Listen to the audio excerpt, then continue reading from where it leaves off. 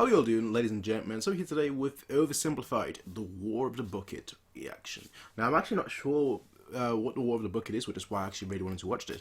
Because like generally with like these wars, you know, like the Cold War, World War One, World War Two, Battle of Hastings, the Battle of the Trident. Generally, like I do have a good grasp of like general of the famous wars, but I've never actually heard of the War of the Bucket. And that specifically, I've never heard of that term. I wouldn't even know. I mean, considering that most wars were really wars were always forged everywhere, but like most wars were generally forged. The famous one, big ones, were generally forged in Europe. Bucket, I just don't know what. Like, I'm assuming England. Maybe England, France. That could be the War of the Bucket, or it could be something completely different that I have no clue about. But I thought it sounded interesting, so I was like, you know what? Let me check it out. Let's see what this is all about. And yeah, as always, the original link for this video to the oversimplified link will be in the description down below if you want to check it out. Please do go ahead and give them a thumbs up before you watch my reaction. After all, it's their video. Yeah, let us hop right in to see what this is all about. The War of the Bucket. You. New merch available now, including a supremely uncool t-shirt and a glorious new character. And yes, we'll be leaving this in. The description down below. Italy. Alright folks, gather round.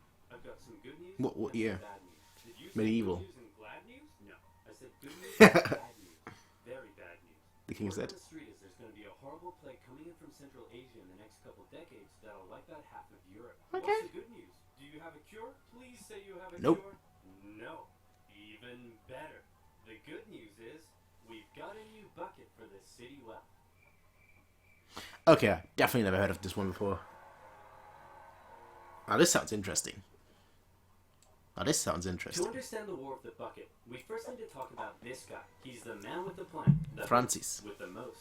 He's holy, lowly. He eats ravioli with the white cassock, matching pellegrina, and the most tasteful of fringed fascias. Come on, y'all know who I'm talking about. Of course. It's the Pope, the head of the largest religious organization in the world. Well, what if I told you he wasn't always the big bad boy powerhouse he's often thought as today? That's right. Throughout history, the papacy often found itself forced to wrestle against adversity and opposition to retain its authority. The earliest popes, for example, suffered under the brutal persecution of the Roman Empire, and many ended up martyred, such as Pope Clement I, who was ostensibly thrown into the sea with an anchor around his neck. On the bright side, however, he's now the papa's I'm sure he survived. officially.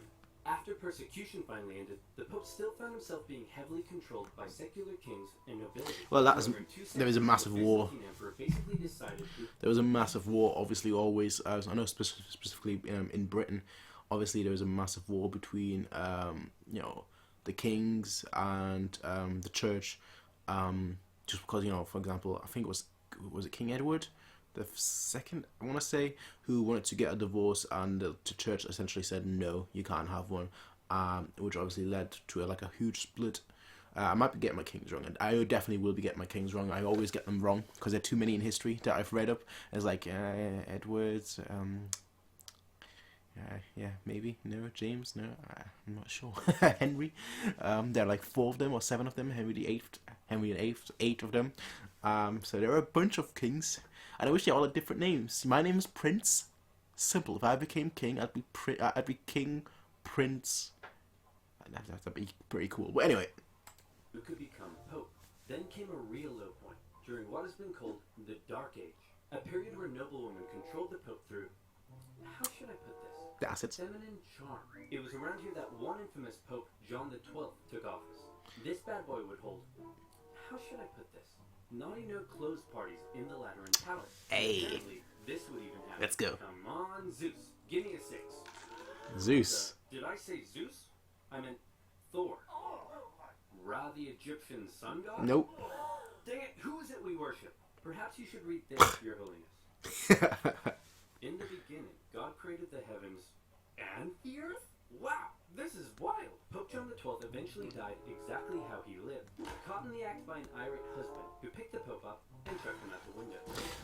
Well, The point I'm trying to make here is that often the Pope was a very weak and corruptible figure and was regularly used and controlled by secular leaders as a tool to increase their own power and influence. And there was certainly a moment in the year 800 when the Definitely isn't the case today. Kingdom of the Franks were good BFFs, and King of the Franks, Charlemagne, was like, hey man, being King of the Franks is nice and all, Charlemagne. but I want more legitimacy, and also to become the continuation of the Roman Empire. So what say in return for my protection, you crown me Emperor so everyone will respect me more? Sure thing, pal. We'll hold the ceremony tomorrow. Charlemagne, King of the Franks, I hereby crown you Emperor of the West. Oh my goodness. I was not expecting Of this. course. What a surprise. I simply cannot accept. Yes, I can. Oh, okay then. I guess I'll just put this back over here. Give me that crown. Charlemagne's crowning as emperor was certainly an historic moment. The great King Charlemagne, who's been heralded, talked about in pretty much like if you watch anything, you know, even like not even historical, just any TV drama that like deals with that kind of era, you always hear of Charlemagne, the great King Charlemagne. You know, Europe was just a mess, honestly. And there were just so many different forces at work. There were just so many different people, especially more like people, more like tribes, more like tiny little, you know, not even fully fledged countries, but like just tiny little squabbling kingdoms here and there, fighting over it. And once like somebody's there, you basically unites them. It's like, yeah, okay. That's why we have so many like great kings. That's why kings have been so heralded in the past. You know, have such a big, huge, lasting legacy, and then you have other kings that are like infamous, having notoriety too, but all for the wrong reasons. Because we were looking forward to like somebody that can unite the people that were fighting against each other. Also bring obviously stable economy and so on and so forth. But the point is, you know, there is a lot of divide. Some say today we have a lot of divide. I don't think so. I think we're actually all very, you know, largely for the most part, we're all a large community. But there was a huge divide back then, and so kings were heralded even higher than they are today. Maybe it's because we don't really have a use for monarch, but you know. Moment. But it also created a bit of an interesting problem. It set the precedent that from here on out, only the Pope could crown an emperor. But the Pope was also very much under the influence and control of Charlemagne. Yep. So who really held the power here? The Pope or the Emperor? I'm sure that this conflict won't cause anyone to die. Bishop of Freising, we want to thank you once again for visiting our wonderful city. It's been an honor. The pleasure is all mine. And what a wonderful tour it's been. Just I've seen book the it. city walls. I've seen the towers. Where's book it? Nothing could top that. Oh, couldn't it? Because we've saved the best for last. Ta-da! Yes, that's very interesting. Isn't it the greatest thing you've ever seen? Well, I mean, it is just a bucket. Okay, let me just pause it right here. Because I don't see the relevance of the bucket. I after what the only way I could see is like if it had some sort of like religious importance. So like, I don't know, if like Jesus touched that bucket to like lift water or something along those lines, you know, that's the only way I could see this bucket having this importance. But no, then again, the bishop wouldn't know, I guess. But what is with this bucket? Tell me. Get him out of here! Over time, Charlemagne's position as emperor and the kingdom of the Franks gradually evolved into the Holy Roman Empire. And by now, the Pope and the Emperor weren't such good friends anymore, since neither could agree on who was the boss of who. To make matters worse, the Emperor had taken to investing his own bishops and abbots. What does that mean? Well, allow me to explain. The problem for the Holy Roman Emperor was his empire wasn't really an empire, so much as a nightmarish federation made up of hundreds of counties, duchies, bishoprics, Precisely. and more. The princes in charge of these local regions often didn't give the emperor their loyalty. The German nobility spent a lot of their time rebelling against the emperor, and the emperor spent a lot of his time trying to put down those rebellions. Can we get rid of them? Sure. That's what I mean when I said earlier that, like, you know, you had a lot of like squabbling kingdoms just going around, poking each other with sticks. Get rid of them and pick new ones who are loyal to me. You can't just remove noble families from their territory. Ah, yes, I can. Aw, okay, how about this? Some of those territories are ruled by bishops and abbots, and as Holy Roman Emperor, considered by many to be the deputy of Jesus Christ himself, perhaps you can choose who gets to become bishop and abbot. There we go. Yay! Now it's time to turn out the lights and go to sleep.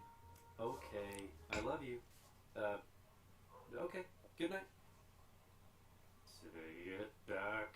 And so it was. The emperor invested his own family and loyal followers into powerful church positions, and thereby was able to increase his own power and authority. Not only that, but the emperor and other nobility were also engaging in something called simony. That's when someone would come along and say, hey, I want to become a bishop and get all the personal riches that come with the position. Perhaps we could come to some kind of arrangement. That's right. Church positions were actually being sold to the highest bidder. And let me tell you, they probably didn't come cheap. It's going to cost you a lot more than this. I don't think so. I've got a promo code. And speaking of promo codes, do you like free money? I know I do. I say, I really like great segue. That's why I use Honey. Honey is a I actually used Honey before. that automatically finds the best coupons. promo codes whenever you shop online. Didn't work for me much This means you always get the because I live in the best UK, deals without not in even America. trying on over 20,000 sites like Amazon, eBay, ASOS, and more. For example, here I am buying 7 pizzas after a long day. Anyway, ladies and gentlemen, It's currently costing me $130. what he said. Hello, honey. Earlier, I'll let that run and then I'll pause it for a second. Nice. I saved $31.78, and all I did was click. There is absolutely no reason not to use Honey for everything you buy online. It's free and literally takes 2 clicks to install.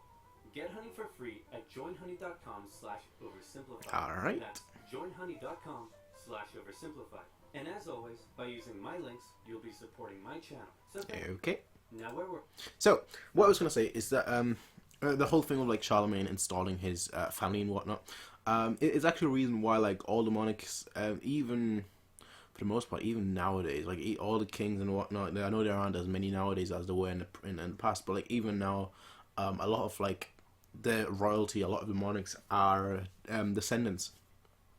You look at, obviously a question of like incest and whatnot arrives, but that wasn't really the point that's not really the point I'm trying to make. There's a lot of interbreeding, basically keeping the bloodline pure, basically, and that's where it's all come from the this kind of angle. I don't exactly know it was every monarchy, but I feel like it was all the big ones. For example, okay, Austria, I believe, Germany, England. I'm not sure what France, honestly. Russia, I believe, was as well.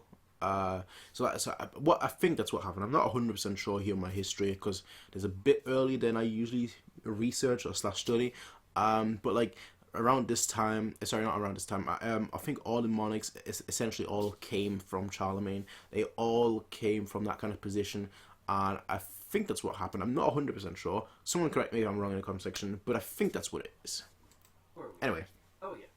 Investing bishops and abbots, selling church positions, authority, and power. Power. This is depravity. The purpose of the church isn't for him to increase his own authority and power. It's for me to increase my own authority and power. What about Jesus, your holiness? What? I thought the purpose of the church was to spread the good message of Jesus Christ. How drunk are you? Ouch. Very. Ouch. All right. The bucket. The results for the election of chief magistrate are in. It's the bucket. Kablami, 1%. Spaghetti Jeff, 2%. And the bucket, 1,000,000,000,000%. What is it with this A bucket? series of reformist popes came along, and they said enough was enough. They wanted to stop the emperor from abusing the church and investing his own church officials. Saint How Augustus. can you stop me so long as I have control over who becomes pope? Remember the circular power division? If you try to stop me, I'll just depose you and pick someone else. Oh no, I've contracted tuberculosis. And So just many- like that, the emperor was dead. So many great people in life, in history, have died from tuberculosis. Damn it. It's a shame. So some of my favourite artists have collected them in history as well, such as Chopin. Yeah, very, very young. I think, 33 years old when he died? It's the prodigies that always die young, unfortunately. But oh well. Moving on. His 6-year-old son, Henry IV, took over. And as we all know, child emperors equal opportunity. The church had an opening to take back control of the papacy. We like you. I hope you don't mind, but we're changing the rules so that only the church cardinals can elect the pope, and you no longer have any say in the matter. You know, if that's cool with you. No. I peed my pants. That's fine. Okay. Then, with the position of the Pope a little more secure, he held a big meeting where he drew up a big list of all the reforms and new powers he was giving himself. And it included some pretty gnarly stuff. Okay, first, I have the power to depose emperors. Everyone cool with that? Yeah? Good luck with that in history. Only I can depose or reinstate bishops. Yeah? Alright, no one can judge me. All princes shall only kiss my feet. Only my name shall be spoken in the churches. My name is the only name in the world. Okay, I think you're done. Yeah. These were some pretty radical powers the Pope was giving Dictatus. himself. And with these reforms, the Pope was basically telling the Emperor, you no longer have the right to choose your own bishop. Man, history is a funny old thing. I can do that. When the Emperor, now a full-grown man, heard the news, he was furious. What? This is madness! Who does this guy think he is? The Pope? I'm the Emperor, for goodness sake. He can't tell me what to do. I'll invest my own bishops and abbots if I want to, and this rapscallion can go right to heck! I peed my pants again! The whole conflict escalated. Right to heck. IV went to the Pope and said, hey, guess what, sucker? You're deposed. He can't do that. Wait a minute. I'll depose you. You can't depose me. You're deposed. Exactly. Oh. Wait a minute. I'm the Emperor. You can't depose me. You're deposed. Circle of power. Oh. Wait a minute. Eventually, the German princes took advantage of the situation, and they all turned against Henry. Henry was forced to apologize to the Pope, and the whole thing ended there. Except it didn't. The whole conflict, known today as the investiture controversy, would continue on for centuries as popes and emperors engaged in a power struggle over the emperor choosing his own church officials. Always. The overall result of this conflict is very intricate and full of complexity, but in general, the Pope was able to increase his authority. Great news, Your Holiness. Your influence is on the rise throughout civilized Europe, except for this one city in northern Italy. Really? The bucket. What's going on there? As for the Emperor, he found his realm thrown into further chaos and civil war. Oh, this is brilliant. Continued to increase their own power and independence. This was most notably the case in northern Italy. Separated from the rest of the Holy Roman Empire by the Alps, the Emperor's influence and control over Italy had often been questionable. In the current chaos, these Italian city-states began operating almost entirely independently. Their practical independence was further solidified when Emperor Frederick Barbarossa came down in 1176 to try to reassert his control. The cities formed an alliance, and with the Pope's support, they kicked the Emperor right back to Germany. Hooray, said the Italian city-states. We did it! We're the best of friends. Right. For a They second. immediately began attacking each other. For a second. Why? Well, this whole Pope versus Emperor thing, in Italy at least, had infiltrated society to its very core. Across Italy, families and cities were torn between two opposing sides. On one side, the Guelphs, who supported the Pope's cause. On the other, the Ghibellines, who supported the Emperor. These two sides struggled for control as Guelph cities battled against Ghibelline ones. As usual, personal interest played a pretty big role. As Guelph cities tended to be rich mercantile ones who didn't like the Emperor's taxes. Emperors supporting Ghibellines, on the other hand, were often agricultural, where the expanding papal states were a larger threat. These cities would sometimes even switch sides depending who is in charge and their ever Let's play Smash Bros. Interest.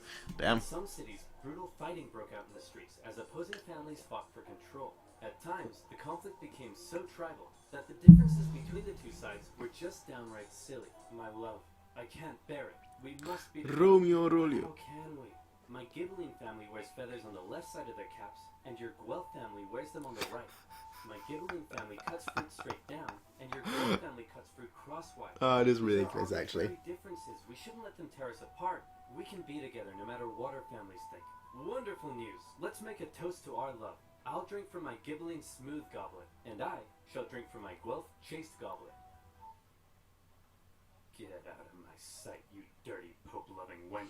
Two city-states in particular Isn't it beautiful? a long-standing rivalry was the Emperor supporting Modena and the Pope supporting bucket-loving Bologna. Bologna. These cities had bad blood between them, as they had already fought against each other on a number of occasions. In 1249, the two sides took part in the Battle of Fasolta, after which Man, I don't know any of these. launched a live donkey into Modena to humiliate them. For decades after that, the two sides would occasionally take little day trips into each other's territory and mess things about a bit. In the fateful year of 1325, the Bolognese went on one such trip and laid waste to some farmlands. The ruler of Modena, Passerino de Bonacolsi, was having none of it. Yeah, you never want to destroy farmlands. Protecting their city in the southwest, so Passerino, in retaliation, decided to take an army down and lay siege to one of them. Hey, you dirty Bolognese jerks. You think you can raid our farmlands? Come out here and face me like a man. Hey man, what's up? I've just come out to let you know that there's no need to siege us because... Whoa, hey man, chill out. I'm trying to tell you... Whoa, stop doing that. I'm trying to tell you I'm actually secretly sympathetic to the Imperial cause and I want to willingly hand the fort over to you. Oh, cool. Okay. Spies are a powerful thing. For betraying your people. And this is for joining mine. Mwah. The Bolognese were pretty unhappy to lose one of their main defensive points. But to make matters worse, then this happened. The bucket wait a minute. disappeared. Where's the bucket? Oh no, it's gone. Those Modenese must have taken it. We'll make them pay. The War of the Bucket. Alright. Alright, I see. This is unacceptable. They may take our land. The world, I want to see that bucket now. But they will never take our bucket. Oh wait, here it is. I found it, guys. It's right here. Phew. Could you imagine if we started a war over that? That would have been really stupid, and there'd probably be a billion videos about it on YouTube one day. Yeah, Thank goodness, not a billion. Never actually. Not a billion, That's but... right. The famous story you may know about the War of the Bucket, but the war started because Modena stole Bologna's bucket, doesn't actually seem to be quite right. I was surprised to find that the bucket was likely not actually stolen at the start of the war. Okay. At this point, I want to thank and give a big shout out to fellow history YouTuber M. Laser. He's the one guy I found who actually translated a fantastic original Italian source, and then kindly allowed me to use his work in my own research. Okay. He has really well researched and in-depth videos. Good stuff. Definitely deserves way more subscribers, so please head on over and check it I'll out. definitely check out his channel. The real reason Bologna seems to have declared war on Modena is simply that they both hated each other, supported opposing factions, the Pope had pulled on Guelph cities to attack. So it's not the bucket. And Bologna wanted its fort back, and they were gonna get it back. So it's not the Bologna bucket. had a large force, much larger than what Modena could muster up, so they felt pretty confident. They sent half their force to lay siege to take back the fort, and the other half took defensive positions to prevent. It is not easy taking a fort, though. The smaller Modenese force were struggling to find a place to cross, so one night they were like, "Hey guys, look out! We're attacking way up here in the north. Better move your troops." Oh, would you look at that? That was easy. And just like that, the Modenese were across the river. The Bolognese were probably expecting the Modenese to come and break their siege, but instead, the Modenese went for the second fort at Zappolina. That's a good Bologna move. couldn't afford to lose both of its That's a defensive good force, move. So the entire Bolognese force moved to take defensive positions at Zappolina. When the Modenese arrived, it was already late in the day, and there were about 2 hours of sunlight left. In most medieval battles, at this point, both sides would set up a camp, rest for the night, and prepare for battle the next day. But the outnumbered Modenese decided the only way to win was to deal a quick, decisive blow while the Bolognese were still unorganized and unprepared. And that makes sense. Exactly what they did. They charged at the Bolognese line, and the two sides engaged in fierce combat. Then the sneaky Modenese pulled what must be the most predictable, yet somehow consistently surprising move in medieval warfare. They sent the cavalry around the side and hit them from behind. Bing, bang, bang. The Bolognese. Can I just say, Game of Thrones TV show, that is how you use the cavalry. Just saying. Mobility and maneuverability. That's what the cavalry is all about. Not, hey, let's run right into the enemy. Woohoo! No. Went on the run. With casualties in the thousands, Modena had won, and the Modenese cavalry chased the Bolognese cavalry all the way back to the city. Nice. After Modena's victory, they went on a tour of the Bolognese countryside, burning some stuff down along the way. When they reached the city itself, instead of laying siege, they set up a camp and basically held a massive party for 3 days. The defeated Bolognese could only sit back and watch. Morality. As the Bolognese force began packing up and getting ready to leave, they noticed something. Oh my gosh. Hey, check this out. No way. Are you kidding me? They're still using traditional wells. Hey, you dumb Bolognese. Ever heard of an artesian well? You can't even get water out of the ground without using a stupid bucket. It's not a stupid bucket. It's a wonderful bucket. You dare. Whatever, bucket boy. We're taking this with us. Okay, you started war again. So Modena stole Bologna's bucket and put it up on display in their cathedral, eventually moving it to the city hall, where it remains on display to this day. The two cities came to a peace settlement a few months later. This is so Bologna stupid. would have to pay heavy war This is reparations, so stupid. I and in love it. exchange, Modena would return all conquered territories. Modena kept the bucket. Despite being one of the bloodiest battles in medieval Italian history, it didn't really change anything, except now Modena had Bologna's bucket. As for the larger power It's a struggle bucket. between the Pope and the Holy Roman Emperor, that would continue on for some time and played a part in many major events of Yeah, medieval history. definitely. such as PewDiePie the has Crusades, teeth. the Protestant Reformation, eventually leading to the general separation of church and state we see in Europe Yeah. today. So there you have it. We learned about the Pope and the Holy Roman Emperor. Oh, that was a the fun investiture video. Controversy, and finally, the War of the Bucket. It's been a long day, and it's time to turn out the lights and go to sleep. Okay, I love you. Okay, good night. That was most certainly a fun video, ladies and gentlemen. I will say this: a lot of stupid. There's a lot of stupid things in history. I think we some of them are very well documented, like the Black Dinner, for example, which I find very stupid. Honestly, not swearing allegiance quick enough, in my opinion, that's kind of a stupid reason to kill a whole house. But like there's a ton of things that I can think of in history that are just like, come on, man, come on. It was a really neat. Obviously, this one, the war didn't really start because of the bucket, as they so eloquently told us. But they did take it. It was kind of like the victory price, the price that they. I find it strange. Like you imagine if an opposing army was like outside of your city, just partying for 3 days, like even with like no soldier is stronger when they are defending their home, and like just having them outside was obviously a big psychological attack, if you want to call it that, to all the people inside the city. But in the grand scheme of things, you figure that the soldiers would come out and actually like try and resist and try and put like even a last ditch effort, like with 10, 20, guerrilla war style kind of attacks, sneak attacks, where like you sneak in there in the night, light a few tents on fire, and then like go back into the city, into the forts and whatnot. But that wasn't obviously the case here. They just left ultimately after the 3 days, which is kind of interesting. But yeah, I've never heard of the War of the Bucket. Now I have. OverSimplified, thank you very much. Let me know what you all think about this specific war, the War of the Bucket. Regardless, ladies and gentlemen, I will see you all in the next one, everyone. Until then, let me know what you want me to react to. Basically, this channel is very, very new, so I don't know exactly what I'm gonna watch. Personally, I thought like funny YouTube videos, which was like the ERB kind of thing, history, which OverSimplified kind of like is all about. I was thinking maybe like some finance and economic videos as well, which I don't think people will want to watch, but I like watching.